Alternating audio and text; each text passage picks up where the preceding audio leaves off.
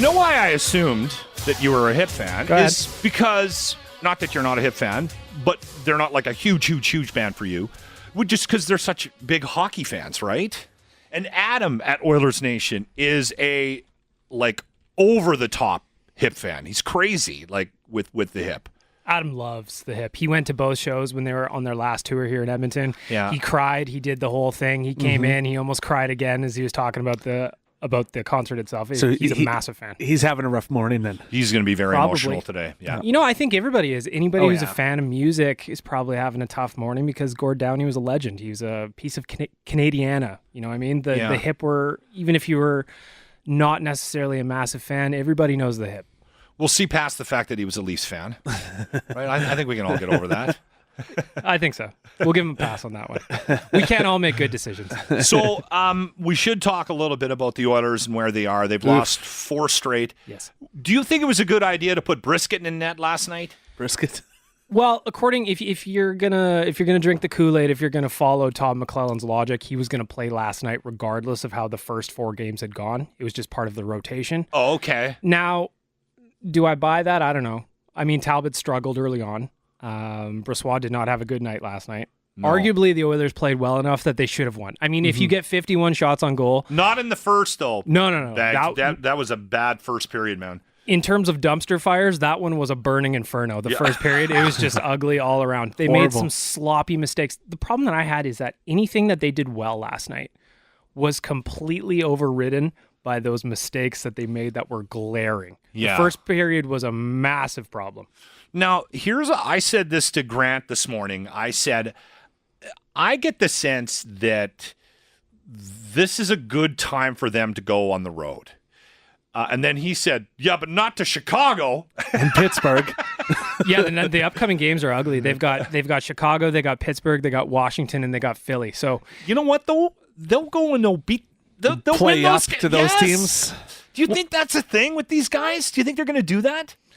I think so. I mean, they have to rise to the occasion or else they're going to find themselves at 1-8, and that's just a whole world of trouble. If we're talking about a panic button, that's when you start hovering over it and going, oh my God, this is a hole. I've been hitting it like for the last 3-4 days. I was hitting it last week when you were in. I know, and I still maintain faith. They're only 3 games below 500. Yes, it sucks. Yes, it's a problem, but they've had 4-game losing streaks before. It happens. You know you're in trouble when the best player on your team weighs the same amount as Jimmy and is only about 8 inches taller than him. You know you're in trouble when, okay? It just looks like they completely lost any confidence that they had. You know what I mean? It's like they're trying so hard to execute plays and they just can't. And when they can't, then the avalanche just comes. You know what I mean? Like they can't make a 6-foot pass. They can't hit the net. They can't shoot. The power play sucks. They can't kill a penalty. Like This is kind of a mental issue more than a systems issue. It's not the coach. I'm getting people saying fire the coach. It's not the coach. He's not the one that has to stop the puck. He's not the one that's giving it up at the blue line.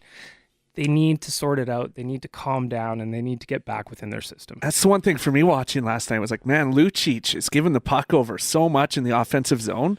Like he can't make a pass to save his life right now. Lucic, dump and chase. Yes. What are you carrying for?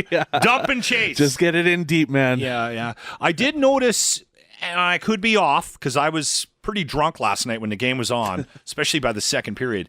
But are they playing McDavid a little less and then putting some grinders out there to sort of get the confidence back? Do you get that sense? His minutes are hovering around normal. Are they? Okay. I mean, maybe arguably a little bit less, a couple minutes less, but they're hovering around normal. Okay. I think, though, like I said, everybody's playing super tight. They need to loosen up. They need to remember that hockey's a little bit fun and not buy into all the external pressures that are weighing them down right now. Just go out there and have fun. Shoot the puck. And make millions of dollars, right? There's nothing more fun than making millions of dollars. That's true, I guess, yeah. Have thousands of people adoring you. Maybe they need to hang out with the pint with the guys from Oilers Nation, right? I think they should. Drink a little too much. There you go. Loosen up a bit. You got any plans for today on as far as articles go or anything like that we should be watching back?